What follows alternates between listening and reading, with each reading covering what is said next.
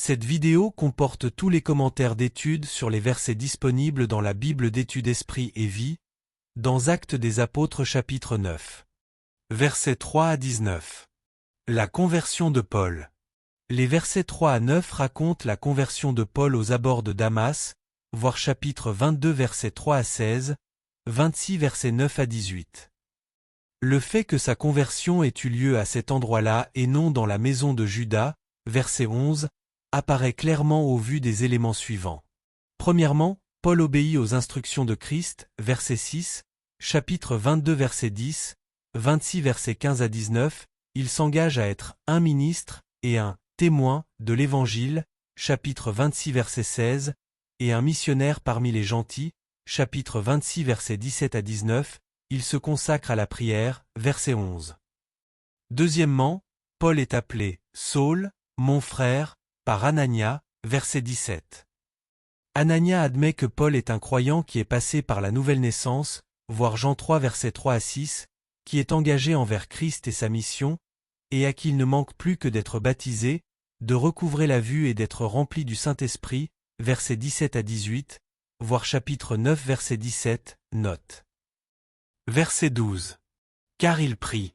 Après avoir rencontré Jésus et l'avoir accepté comme Seigneur et Messie, Paul jeûne et prie afin d'être guidé dans une attitude d'engagement sérieux envers Dieu. La foi qui sauve et la nouvelle naissance qui s'ensuit pousseront toujours les croyants à rechercher la communion avec leur nouveau Seigneur et Sauveur.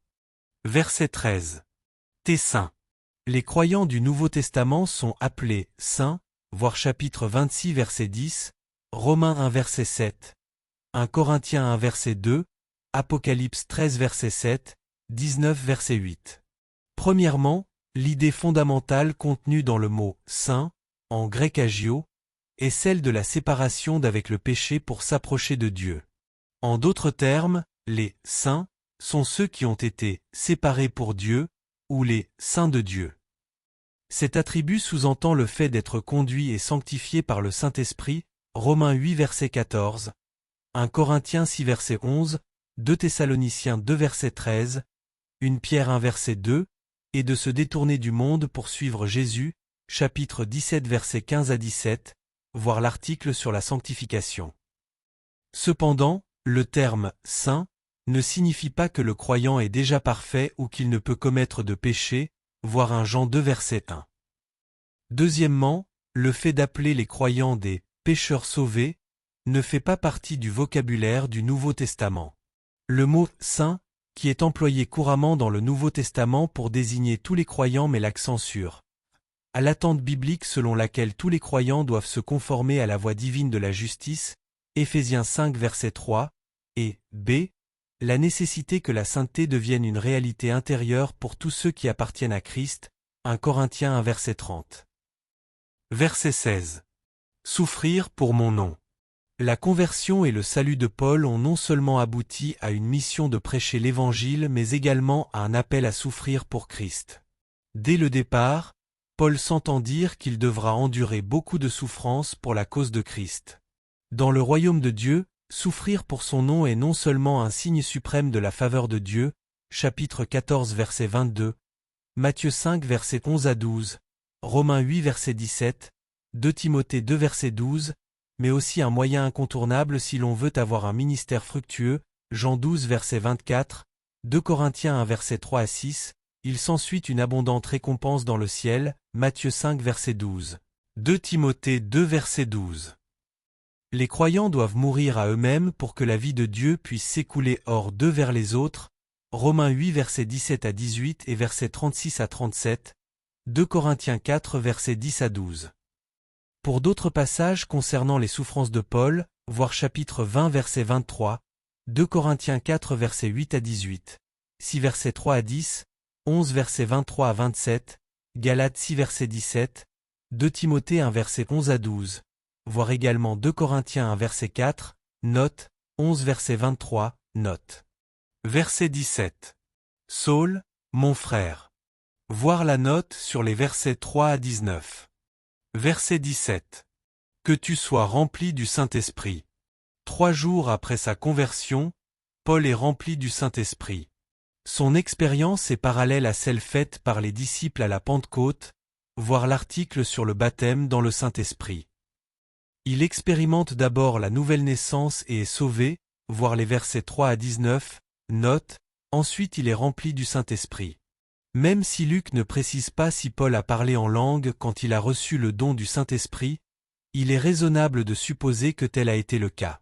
Premièrement, le Nouveau Testament indique qu'il est normal qu'une personne remplie de l'Esprit se mette à parler en langue, chapitre 2 verset 4, 10 versets 45 à 46, 19 verset 6, voire 11 verset 15, note. Deuxièmement, Paul témoigne lui-même qu'il parle souvent en langue.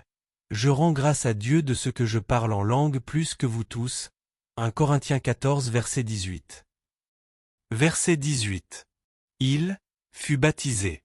Luc se préoccupe principalement du véritable baptême de l'Esprit, verset 17, et non de savoir si Paul a parlé ou non en langue. La recherche de la plénitude de l'Esprit doit être centrée sur la personne même du Saint-Esprit et non sur l'une de ses manifestations extérieures. D'un autre côté, tous les croyants qui désirent recevoir la plénitude du Saint-Esprit doivent s'attendre aux manifestations extérieures de sa venue, chapitre 2 verset 4 et verset 17. Verset 31. La crainte du Seigneur. Luc met l'accent sur l'expression « craindre Dieu » tant dans son évangile, voir Luc 1 verset 50, 18 verset 2, 23 verset 40, que dans le livre des Actes. Ce sont les personnes craignant Dieu, c'est-à-dire les gentils qui adhèrent à la foi juive, qui forment le point de départ de la mission parmi les gentils au chapitre 10 verset 2, verset 22 et verset 35, 13 verset 16 et verset 26. La crainte du Seigneur engendre la confiance et l'obéissance ainsi que la volonté d'éviter le mal, Job 28 verset 28, Psaume 111 verset 10, Proverbe 1 verset 7. Cette attitude engendre, à son tour, l'encouragement qu'apporte le Saint-Esprit. Pour en savoir plus sur ce sujet, voir l'article sur la crainte de l'Éternel. Verset 36. Dorcas faisait beaucoup de bonnes œuvres. Si Dieu œuvrait par le moyen de Pierre pour guérir, versets 33 à 35, et pour ressusciter les morts, verset 40, il œuvrait également à travers les bonnes œuvres de Dorcas qui étaient inspirées par sa bonté et son amour pour les autres. Les actes d'amour qui aident ceux qui sont dans le besoin sont tout autant une manifestation du Saint-Esprit que les miracles, les signes et les prodiges. Paul a mis cette vérité en évidence dans 1 Corinthiens chapitre 13, voire 1 Pierre 4 versets 10 à 11.